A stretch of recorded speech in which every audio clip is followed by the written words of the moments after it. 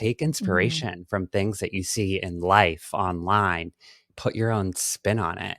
That's part of creating and part of artistry. And, what we do is a form of art. And to be able to then edit it in a way that is your own, or put your own spin on it in some sort of way, I think is the beauty of this digital world that we live in.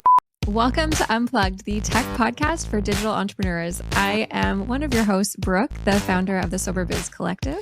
Hey, podcasters. My name's Nate Kelly, best-selling author and founder of Podcast Revolution Studios. If you're looking for tech, tools, and tips on how to utilize podcasting for your business, you're in the right spot. Let's get unplugged. Well, hello, top charting tech podcast host. What? How's your week been? It's been a whirlwind. I got a message from someone that had listened to our podcast, and she's like, "Oh my gosh, you did such a good job with this." And I'm like, "This is the first time I've actually not edited the show." Yeah, and I want to talk about that too from your perspective, because there is that sort of control piece where you can formulate the episodes, which we've each sort of done always with our own shows. But from your perspective of just kind of hearing the final product, what's your perspective on that?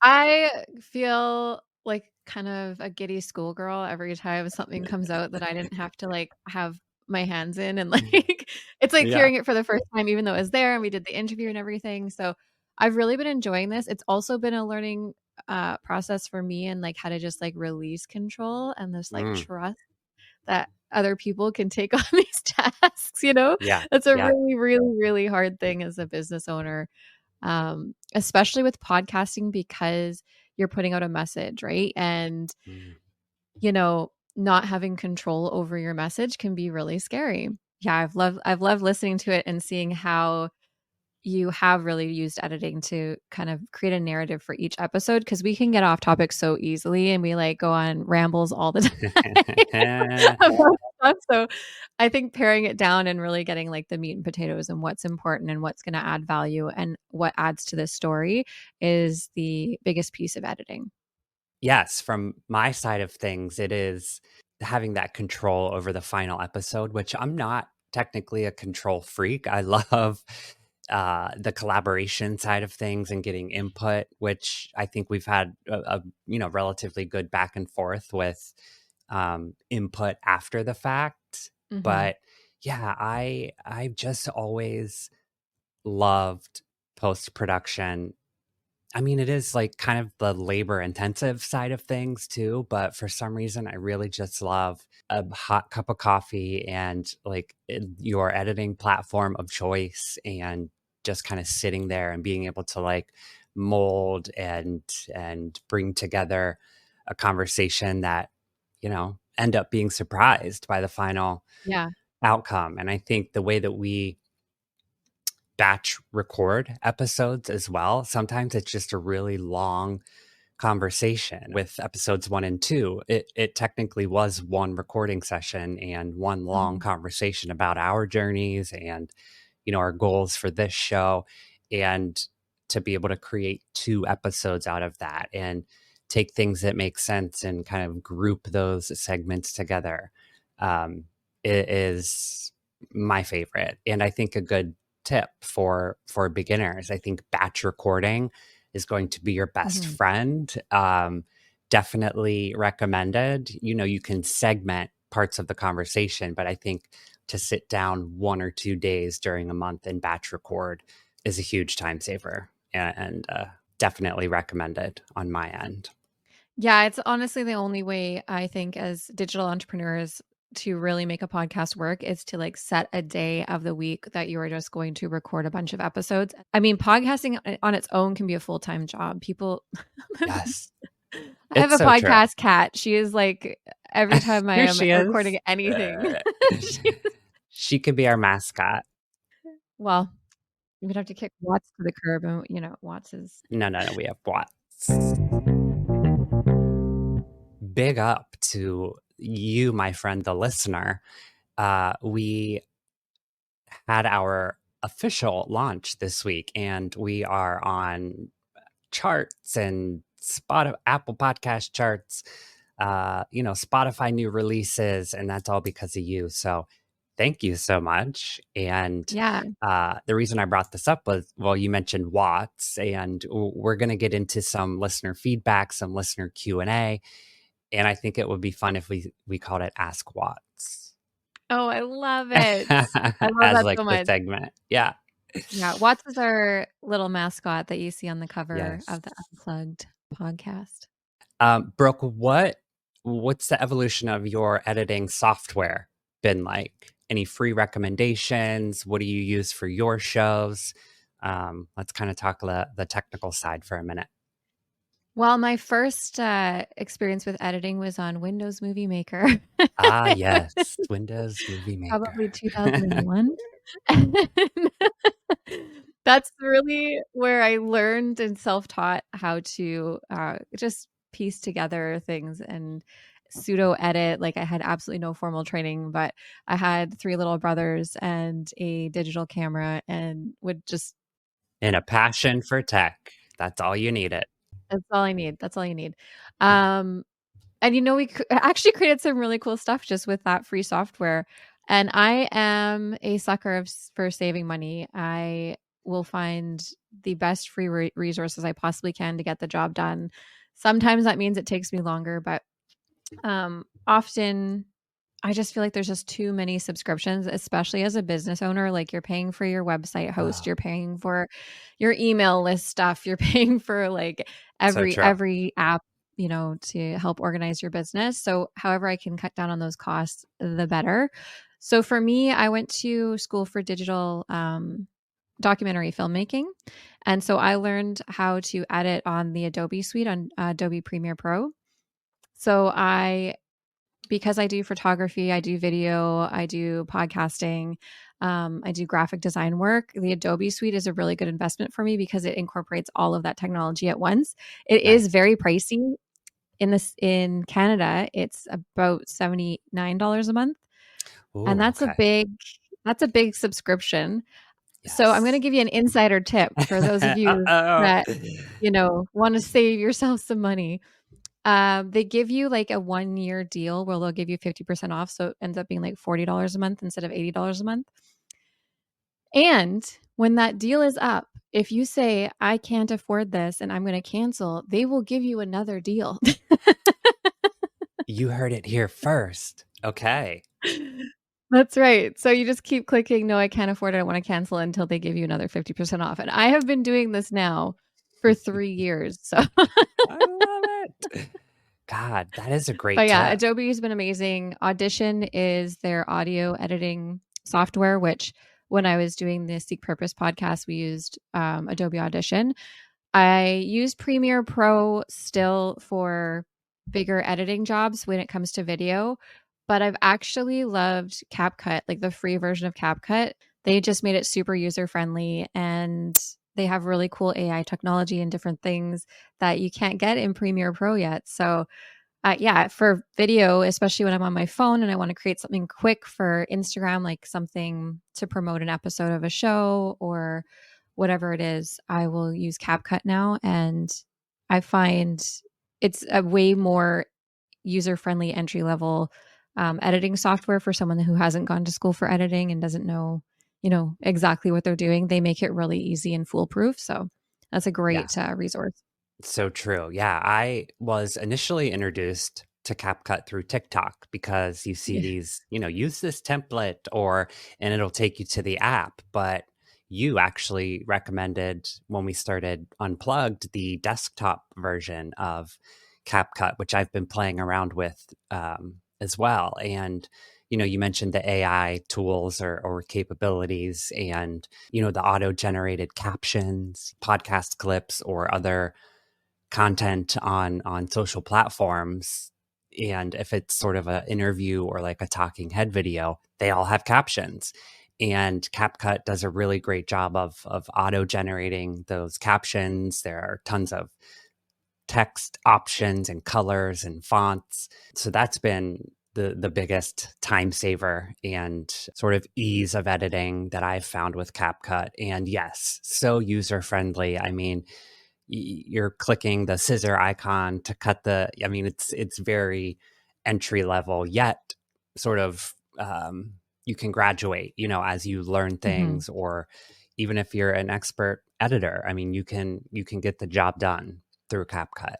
I also love it like creates libraries for you of your past projects, and you can create templates for your work if you have specific, branding or colors or whatnot. So I like the sort of library feature that they have too, which is really cool. I think the one downside with CapCut is so many people are using it that you're going to run the risk of having the Yes. same kind of, easy templated fonts and like end screens and that kind of stuff. Um, so if you can avoid that and like create your end screens in Canva or something, so they're very Yeah. branded to you and you're not just using their kind of plug and play stamp things in CapCut. What do you find? Because I use the free version. I am a little frugal. I did only a free trial. Yeah. Oh, I, okay. I, Okay. What did you find the difference was? Like, do you think it's worth the investment to pay for that I subscription? Or? don't really. Okay. It's there. The added features for the pro version are, I mean, they're nice, but I don't think they're necessary to get a quality product. So if Right. you are looking to eliminate a subscription to Brooks Point, or uh, get the most out of a platform that's paid versus free, I don't think that CapCut is one that it's necessary to subscribe to. You're getting Mhm. the features that you need with the free version Yeah, they've really packed the free version. for I sure. think there's a couple of tools I've noticed, like the AI face tracking, where Yes. when someone's talking, it'll kind of follow their face. I think that might be helpful for social media, especially because when you're editing things in CapCut for your podcast, if you're doing wide shot like me and Nate are now, or you have a live show and there's like a two shot and you're two people talking, like having the face tracking could be very helpful to eliminate having to cut back and forth from each person talking and that That might kind of be stuff. helpful for Nice Girls Club if you guys are doing a Yeah. group shot. Yeah. Cause that is the Nice Girls Club podcast. We are an in-person interview style show. And we had like 3 people in the last episode that I just edited. And it was like, the amount of cutting that has to happen. I can't imagine. That's the only thing I was thinking about when I was watching your video is, God, Brooke, this editing process was probably a nightmare.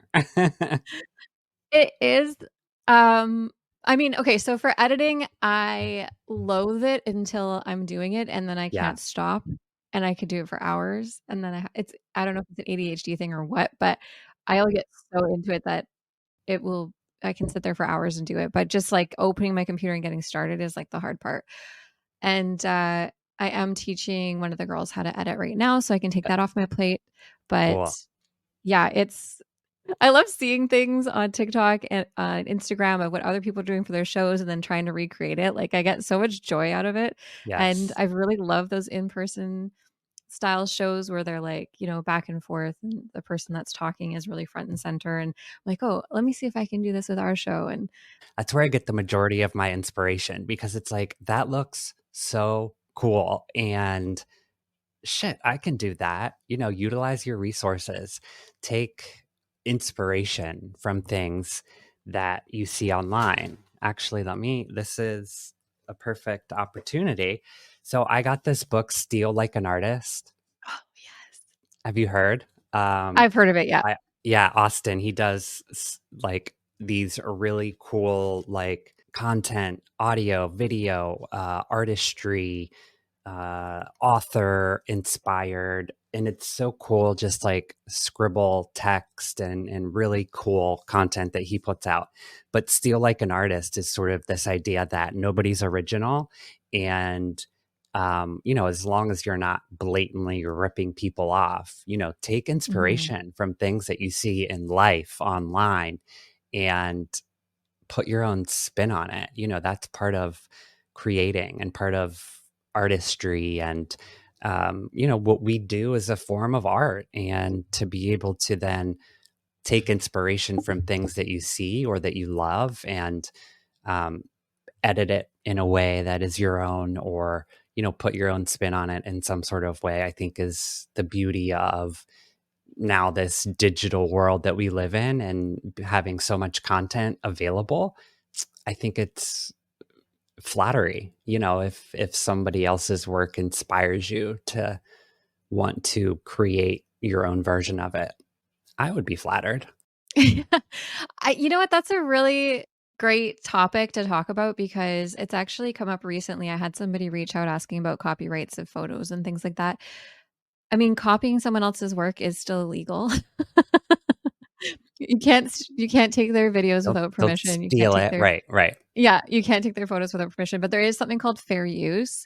And so what that is if you're using their content to have a reaction to it, to add commentary to it, to change it in some way, to parody it in some way, to create educational content with it. Like that's fair use, and you're absolutely allowed to use other people's content and don't necessarily need permission. It's always good practice to credit a creator if you're inspired by them.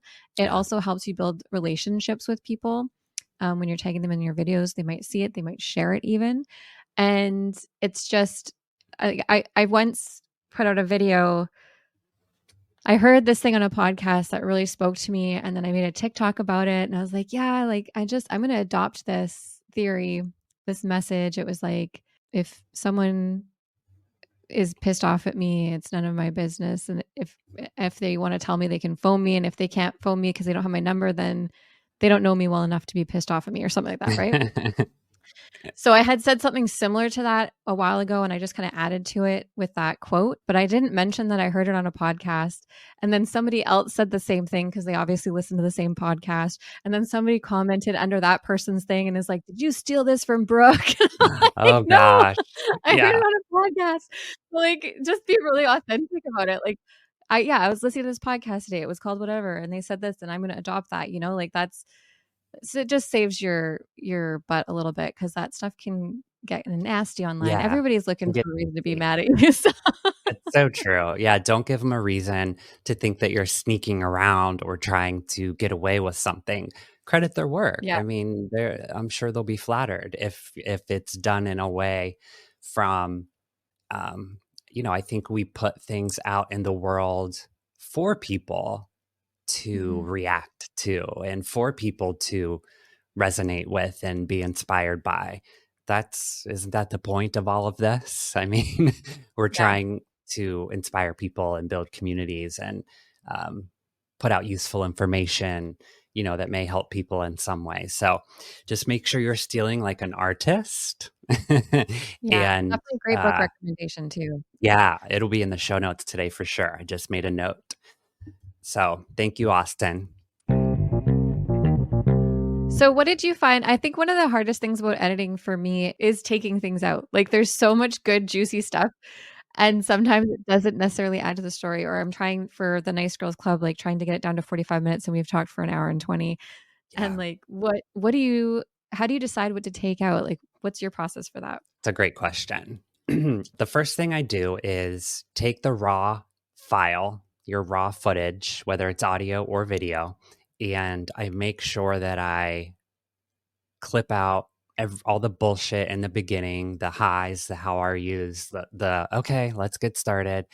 And I clip it right at the go point. And then I go to the end of the raw footage and I make sure that I end it right where we say, see you next time, or, thanks for today.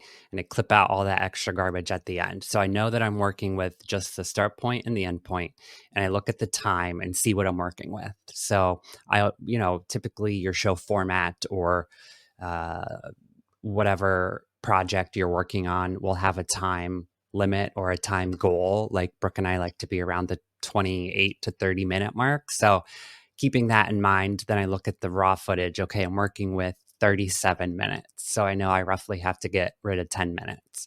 So then as I'm editing through the usable content, I'm keeping that in mind. I'm looking for any awkward pauses. I'm looking for any repetition or kind of tangents that don't add to the episode or add any decent information.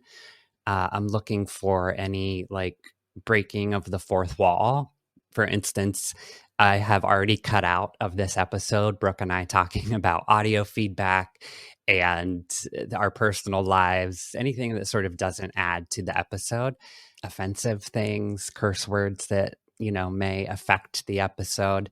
And then I do a rough draft. So that's like my initial pass. And then I'll watch back that rough draft and see how I can shorten it more. I don't like more than about 4 seconds of any silence. So, if I'm trying to recall a book and I can't remember it, or if, the word that I'm thinking of isn't coming to mind and there's any silence that's more 3 or 4 seconds, I'll usually cut that out as well. And then kind of just clip and snip as I go through the episode to make it to my end goal. Sort of reverse engineering of the episode.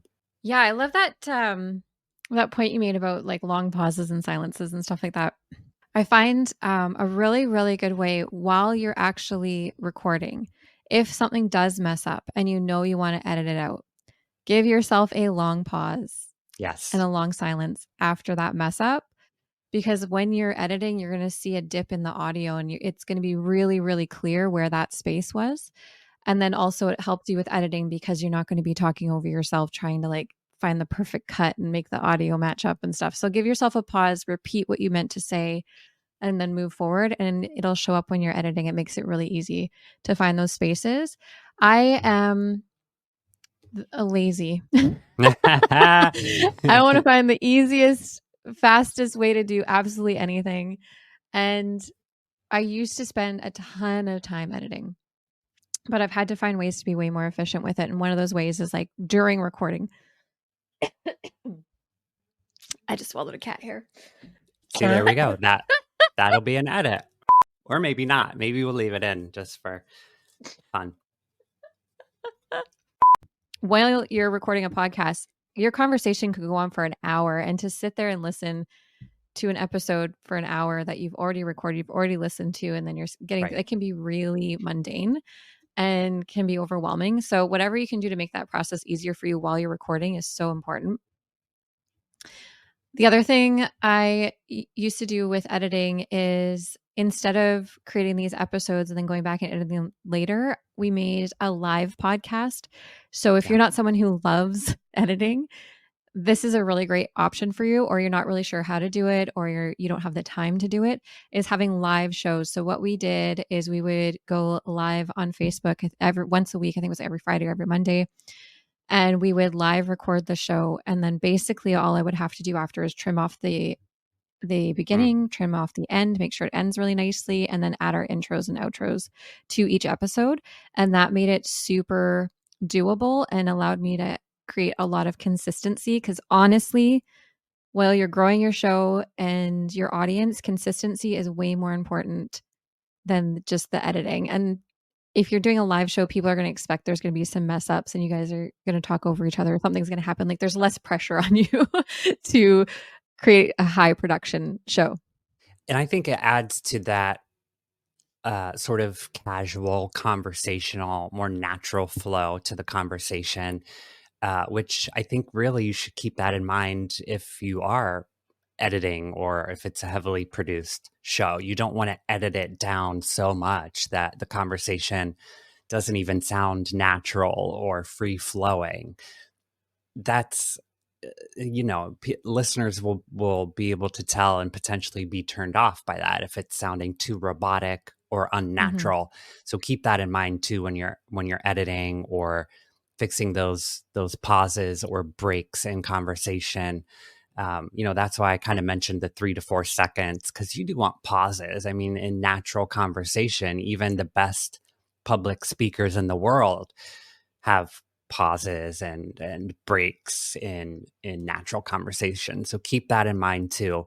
Also about things to keep in mind while you're recording too. You want to be in command of the conversation and keep in mind that end goal or that time goal for your episode or for batch recording. Kind of keep your time frame in mind so that you don't have so much editing work to do and so that you're not trying to chop up so much stuff into 30 minutes. Keep that in mind too. I usually try to go like 10 to 15% over. So if you want a 30-minute episode, you probably want about 40, 42 minutes of raw footage max. Otherwise, you're creating more work for yourself than I think is necessary. Keep it succinct to the point, but you definitely want some additional room to be able to play with. Yeah. And also down the road, if you end up like creating a Patreon account, which is somewhere where people can subscribe and pay you money for the content that you're creating, or you can now do that through Spotify and Apple. They have subscription options as well. But with Patreon, you can really create like a paywall for some content. And that's a really good place to add those things that you cut out of an episode. Like, oh, we talked about this, but it didn't make the cut, but this is some like bonus material for your audience, Yeah. right? So you're not doing more work for yourself. You just kind of save these clips for later and give that to like a VIP group if you're growing that, like a Facebook group or something. Or you can use things like Patreon or other paywalls. Yeah, I love bonus content or like behind the scenes stuff. Love it. Yeah. Yeah. And actually, with the Nice Girls Club, I've been putting some of the things that don't make it into the podcast. I use it for social media. So they kind of see some funny clips of things that we cut out. And Love it. That's like the perfect show for that kind of content and that people would want to see more of. Let's talk about, from an editing standpoint, you mentioned with the grant, perhaps being able to buy some additional equipment and, having additional cameras. So from an editing point of view, how would that work with editing? Do you pull in each file from the camera and kind of splice them together? Like, what would that look like in the future? if you know what you're doing, it makes it a lot easier to have everything separated so that you just basically can collect all of your content. And then thank God for AI syncing. Both Oh my Premiere God, Pro and yes. CapCut now have that option. So it'll auto sync your video. It doesn't do a great job yet. Yeah, I still have to it's go. typically like a half a second. You might have to play with it, Yeah. but it'll get Yeah. you in the range. Exactly. It saves a ton of time. So I layer all my videos first and just put all the content in there and sync all the audio and all the videos together so that everybody's audio, everybody's video is all one, right? And so while you're editing, this is going to be a little bit more advanced. You don't need to do this at first, especially if it's just you talking on a Zoom or something. You'll only have like one video file. But the layers are basically whatever's on the top layer is what your audience is going to see, what's going to show up in the video. And then you go down and down and down in layers. So what I do is my 2-shot or my wide shot is my base layer. And then I put each speaker in layers on top of that and sync everybody's audio. And then you basically just go through and cut out the people, like when someone's talking, you want to make sure you've cut out the top layer so that the second layer is talking, and then vice versa with the third, whatever. It's hard to explain. This would be way better as like a visual masterclass. Yeah, you're right. But the layers are going to be your best friend. And Yeah. with that kind of show, I'd probably use Premiere Pro. You can use CapCut for sure, but you want to make sure you turn off the option where it just snaps to grid, because I've done this a couple of times now where I haven't turned off the snap to grid option on CapCut, and then I'll do some editing and I'll take out a chunk and then it snaps the main file to the next file, right? But then it unsyncs with the rest of the videos over above it because they're not grouped together. So it's a harder thing to explain. Maybe we'll do like a group training Yeah, I'd love for to. the audience. If people want to like just comment on this episode or on something on social media or join our Facebook group, and it's something that you'd like is like an editing masterclass, like I think that would be a really cool thing to Yeah. visually show you on like what that process looks like. I know for me, that was one of kind of the biggest barriers of getting started was this idea that, well, shit, I don't know how to put all that together and make an episode out of it. I know I can talk and I know I have stories to tell and information to get out there, but how the hell you make it into an episode, right? So I think that could be super cool with our community. There is one. So there's AI tools now as well that help you edit using your transcripts. And there's a platform called Descript, I think it's called. Yes. Descript. Yeah. Okay. So yeah, they will edit for the transcripts. You can take out all the ums. Like it's a really quick way to edit your videos if you don't want to get into all the like, having all that control over it. I do find it looks choppy.